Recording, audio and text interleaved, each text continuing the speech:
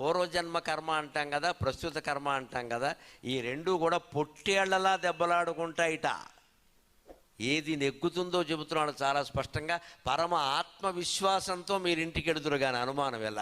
పొట్టేళ్ల పోటీ, గొర్రె పొట్టేళ్ళు కనుక పోటీ పడితే అవి ఎలా ఉంటాయంటే ఏదో ఒకటి తల పగిలి చచ్చిపోయే వరకు వెళ్ళదండి అక్కడి నుంచి. పొట్టేలు పందెం అంతవరకు పోతండి, ఇలా ఠక్కి ఠక్కి ఠక్కి ఠక్కి గుద్దుకుంటూనే ఉంటాయండి. అంత పౌరుషం వాటికి.